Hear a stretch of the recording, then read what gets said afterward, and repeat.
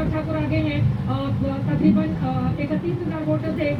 कांगड़ा से बीजेपी के राजीव भारद्वाज आगे चल रहे हैं, मंडी से बीजेपी के कमला आगे चल रही हैं, शिमला से बीजेपी के सुरेश कश्यप आगे चल रहे हैं। हिमाचल से अच्छी खबर भले ही है, अल्मोड़ा से दूसरे चरण की मतगणना के बाद भाजपा प्रत्याशी अजय टमटा बहुत आगे चल रहे हैं।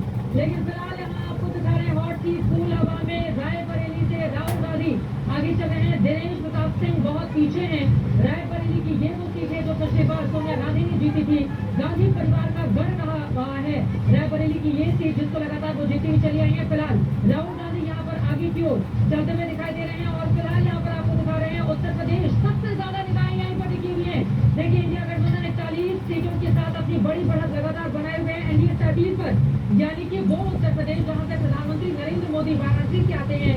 गोरखपुर जो गढ़ कहा जाता है योगी आदित्यनाथ का, राम मंदिर का निर्माण करके भारतीय जनता पार्टी ने एक इमोशनल अपील जरूर की थी। राम मंदिर के मुद्दे को लेकर लगातार लोगों के बीच जाकर कोशिश की थी ये बता दें कि मैनिफेस्टो में जो चीज हम लाते हैं उसको पूरा भी करते हैं, लेकिन ऐसा लग रहा है कि उत्तर प्रदेश में यहाँ पर खेल उतना खराब हो गया है और अभी तक ये रुझान है, अभी तक ये रुझान है। देखिए उत्तर प्रदेश के आपको दिखा रहे हैं बस्ती सीट, रामप्रसाद यहाँ पर आगे चल रहे समाजवादी पार्टी, कई ऐसी सीटें हैं। हिमाचल की सीट पर बीजेपी चल रही है, चाहे कांगड़ा हो, मंडी हो, शिमला हो, हमीरपुर की सीटें यहाँ पर वो आगे की ओर चलती हुई दिखाई दे रही है। फिलहाल आपको बताते चले एटीआई का जो आंकड़ा सामने आया है, बीजेपी 200 सीटों को क्रॉस कर चुकी है और यहाँ पर स्क्रीन पर जो हम आपको दिखा रहे हैं एनडीए 292 पर अब तक के रुझानों के हिसाब से भारतीय जनता पार्टी 240 से ज्यादा की लीड दिए हुए है। इंडिया गठबंधन 218 के साथ कांग्रेस पार्टी यहाँ पर कोशिश में है कि वो सेंचुरी लगा दे, आगे पीछे उसका अच्छी ये लीड कंसोलिडेट होगी, हम आपसे और चर्चा करेंगे। तो ये आप सुन रहे थे कांग्रेस पार्टी की तरफ से प्रतिक्रिया देती हुई सुप्रिया श्रीनेत। लेकिन दूसरी तरफ एक दिलचस्प नंबर है जो नीचे भी देख लीजिए, क्योंकि विधानसभा के भी नतीजे आ जा रहे हैं। तो आंध्र प्रदेश में टीडीपी आगे है, वही ओडिशा में अगर आप देखें तो बीजेपी 16 सीटों पर आगे है। और ये देखिए नीचे में विधानसभा के भी चुनावी नतीजे आ रहे हैं, जहाँ पर ऐसा लगता है कि जगनमोहन रेड्डी की सरकार मुश्किल में पड़ सकती है। चंद्रबाबू नायडू की पार्टी वहाँ पर आगे चल रही है, अच्छी खासी बढ़त है, 49 सीट पर वो फिलहाल आगे चल रहे हैं 175 सीटों में। और वही ओडिशा में बीजेडी सिर्फ 5 पर है, बीजेपी वहाँ पर 16 पे है। तो क्या बिजू पटनायक की पार्टी भी यहाँ पर उनकी सरकार मुश्किल में आ सकती है? विधानसभा के भी नतीजों पर नजर रखनी होगी। लेकिन 289 सीटों पर फिलहाल भारतीय जनता पार्टी 290 सीटों पर आगे चल रही है एनडीए का, वही 243 सीटों पर फिलहाल बीजेपी आगे चल रही है, 98 पर कांग्रेस पार्टी पहुंच चुकी है। लेकिन 2-4 जो बड़ी सीटें हैं जिन पर चर्चा हो रही है, तो बात उत्तर प्रदेश की करते हैं क्योंकि यहाँ की 80 सीटों पर असली लड़ाई लड़ी जा रही है। देखिए अगर तमाम अन्य राज्यों में भी जीत हासिल होती है, जादू यात्री को छू लेते हैं सरकार, लेकिन यूपी की परफॉर्मेंस से आने वाले वक्त की कहानी लिखी जाएगी।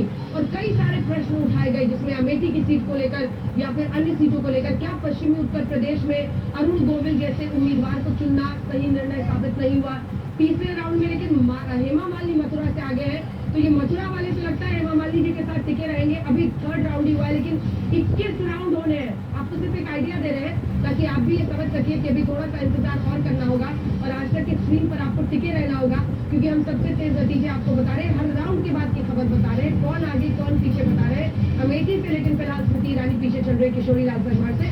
लेकिन इसी के साथ पूरे यूपी की सीटें 80 अगर आप देखें, और वहां पर समाजवादी पार्टी अगर 34 सीटों पर आगे है, ये अपने आप में सबसे बड़ी खबर इस चुनाव की बनेगी अगर यही अनुमान आने वाले वक्त में नतीजों में तब्दील होते हैं, क्योंकि अखिलेश यादव की परफॉर्मेंस की चर्चा सीधा होगी। अनुराग भदौरिया हमारे साथ जुड़ रहे हैं, शुरुआती रुझान ही है मिस्टर भदौरिया, लेकिन 34 सीटों पर समाजवादी पार्टी का आगे चलना वाकई एक बहुत बड़ा संकेत है और अच्छे संकेत अखिलेश यादव और आप सभी के लिए लाता हुआ दिखाई दे रहा है उत्तर प्रदेश में। अंजना जी, ये बात मैंने पहले भी बोली थी कि उत्तर प्रदेश के अंदर और देश के अंदर में जिस तरह से इंडिया गठबंधन लड़ रहा है, उत्तर प्रदेश में अभी तो ये रुझान है। अभी आगे देखेंगे तो जैसे जैसे बढ़ते जाएंगे, काउंटिंग बढ़ती जाएगी, दूसरी जगह 200 वोट 300 वोट से आगे चल रही भारतीय जनता पार्टी थोड़ी देर में अपने आप पीछे हो जाएगी और आप अयोध्या जैसी जगह पे भारी वोटों से पीछे। तो आप अंदाजा लगा सकते हैं कि पूरे उत्तर प्रदेश का क्या होगा। जनता के साथ जो लोग धोखा करते हैं, जनता ऐसे ही मुंह तोड़ जवाब देती है।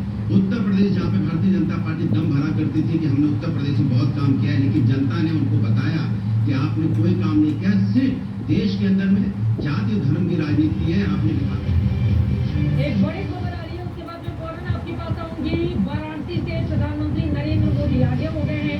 फिलहाल आपको बताते चले 540 तक रुझानों का सामने आए हैं। 291 पर एनडीए आगे हो चुका है, बीजेपी 243 पर। इंडिया गठबंधन लेकिन पीछा करता हुआ 218 के साथ।